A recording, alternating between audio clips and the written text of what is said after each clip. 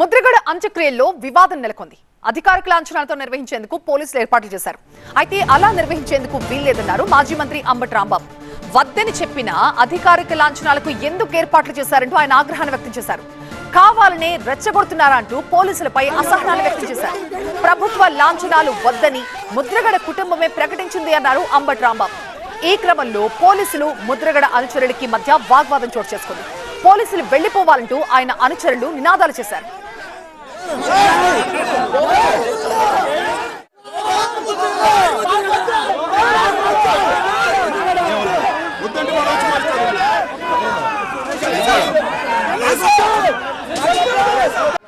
అది కాదు సార్, మమ్మల్ని రెచ్చగొడుతున్నారా?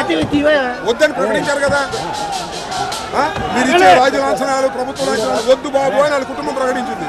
మీరు ఎందుకు రావడం, కొన్ని ముక్కుపోవటం, ఏదో మీరు పక్కన విషయం కావడానికి అర్థం ఉండాలిగా, కనీసం అర్థం ఉండాలిగా. చచ్చిపోయిన తర్వాత అయినా సరే, మనిషి పోయిన తర్వాత అయినా ఆయన కోరిక తీర్చే క్రమంలో కుటుంబం ఉంటే. మా ప్రతినిధి రవి దీనిపై మరింత సమాచారం. సార్ రవి, ఒక పక్క ముద్రగడ ఫ్యామిలీ కూడా అధికారిక లాంఛనాలు వద్దన్నారని అంబటి చెప్తున్నారు. అండ్ పార్టీ పరంగా అంబటి సైతం అదే చెప్పారు. బట్ పోలీసులు అక్కడ అన్ని ఏర్పాట్లు చేశారు అన్నట్టు పార్టీ కార్యకర్తలకి పోలీసులకి మధ్య వాగ్వాదం కూడా జరిగింది. ఫైనల్ గా ఆయన అంత్యక్రియలు అధికారిక లాంఛనాలతోనే జరిగాయి, లేకపోతే ఫ్యామిలీ వరకే చేసుకున్నారా?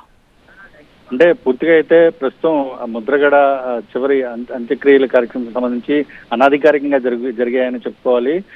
ఏదైతే అధికారిక లాంఛనాలు అంటే మాజీ మంత్రిగా పనిచేసిన సందర్భం ప్రజాప్రతినిధులకు ఏ విధమైన ప్రోటోకాల్ ప్రకారం కార్యక్రమాలు నిర్వహిస్తారో, చనిపోయినప్పుడు ఏ విధమైన ప్రోటోకాల్ ప్రకారం కార్యక్రమాలు జరుగుతాయో వాటిని అధికారికంగా నిర్వహించేందుకు రెవెన్యూ అధికారులు, అదేవిధంగా పోలీసులు కూడా ఇక్కడ సమాయత్తమయ్యారు. పోలీసులు వారికి సంబంధించిన గౌరవ వందనాన్ని ఇస్తున్న సందర్భంలో తండ్రి సమాధి చేసే ప్రాంతంలో ఉన్నటువంటి ఆయన కుమారుడు గిరి వద్దని చెప్పేసి వారించారు.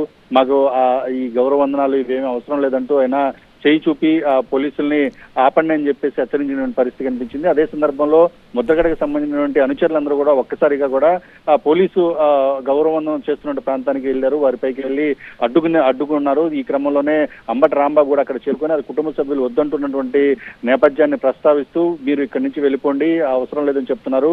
కనీసం ముద్రగడ చనిపోయిన తర్వాత ఆయన కోరికను అయినా సరే గౌరవించి ఆ కుటుంబ సభ్యులకు వారు చెప్పిన విధంగా కూడా చేయండి అంటూ పోలీసులకు చెప్పడంతో వారు పక్కకు జరిగిపోయారు. తర్వాత ఆయన సంబంధించినటువంటి కార్యక్రమాలు ప్రతి ఒక్కరు కూడా ఇప్పుడు చివరి క్షణాల్లో ఆయన్ని కడసారిగా చూసేందుకు సమాధి దగ్గరికి చేరుకొని నివాళులు అర్పిస్తున్న పరిస్థితి కనిపిస్తుంది. ఉదయం నుంచి ముద్రగడ నివాసం వద్ద అయితే ఒక హైడ్రామా కొనసాగుతుందని చెప్పుకోవచ్చు. ఒకవైపున ప్రభుత్వం ప్రజాప్రతినిధులకు ఇచ్చేటువంటి గౌరవ వందనం, అదేవిధంగా అధికార లాంఛనాల ప్రకారం జరుగుతాయని ప్రకటించడం, రెండో వైపున కుటుంబ సభ్యులు వద్దని చెప్పడం.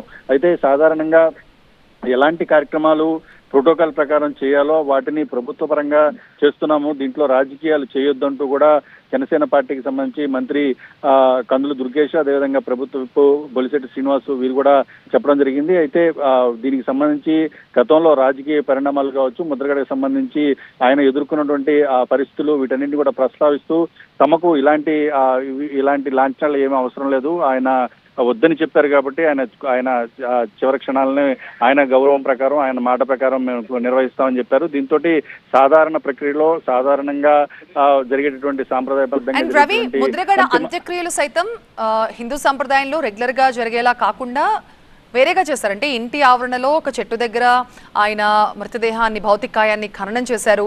ఏంటి ఆయన ముందే ఇలా చేయాలని అనుకున్నారా? ఏం చెప్తున్నారు ఫ్యామిలీ మెంబర్స్ దీని గురించి? ఈ విషయంలో కూడా ముద్రగడ ముందుగానే అంటే కుటుంబ సభ్యులతో కాకుండా ఆయనకు ఎవరైతే డైహార్టెడ్ ఫ్యాన్స్, ఆయనకు బాగా అనుచరులు దగ్గరగా ఉండి మొదటి నుంచి ఆయనతో ఉన్నారో వారికి ఆయన ముందుగానే సూచించారు. ఇక్కడ నేను తిరిగి ఎన్నో ఉద్యమాలు చేసి ఈ ఇంట్లో పెరిగి ఇక్కడ అనేక కార్యక్రమాలు చేసిన నేపథ్యంలో ఈ మట్టికి, ఈ నేలకి, ఈ వాతావరణానికి, ఈ పరిసరాలకి తాను అలవాటు పడ్డాను. ఇక్కడే నా చివరి క్షణాలు ఏదైతే నేను చనిపోయిన తర్వాత నా అంతిమ సంస్కారాలు ఏవైతే ఉన్నాయో అవి కూడా ఇక్కడే జరిపించండి అని ఆయనే ప్లేస్ కూడా పలానా చోట చేయండి అని చెప్పారని చెప్పేసి ఆయన అభిమానులు చెప్తా ఉన్నారు. ఆయన సూచించిన మేరకు సాధారణంగా అయితే హిందూ సాంప్రదాయ ప్రకారం